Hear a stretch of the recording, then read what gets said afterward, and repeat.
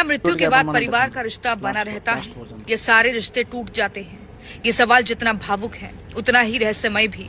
यही प्रश्न एक महिला ने मथुरा वृंदावन के भक्तों के प्रिय बाबा प्रेमानंद महाराज जी से पूछा और जवाब सुनकर लोग गहरी सोच में पड़ गए। महाराज जी ने बड़े सरल शब्दों में कहा, हाँ, मृत्यु के बाद सभी रिश्ते समाप्त हो जाते हैं। उन्होंने समझाया कि मृत्यु एक गहरी नींद की तरह होती है, पर इतनी गहरी कि इंसान खुद को भी भूल जाता है। जैसे सोते समय हमें याद नहीं रहता कि हम कौन हैं, किस बिस्तर पे हैं, कौन आसपास है, ठीक उसी प्रकार मृत्यु के बाद आत्मा को किसी भी सांसारिक रिश्ते, भावना या पहचान की याद नहीं रहती। यही कारण है कि आध्यात्मिक ग्रंथ भी कहते हैं, रिश्ते शरीर के होते हैं, आत्मा के नहीं।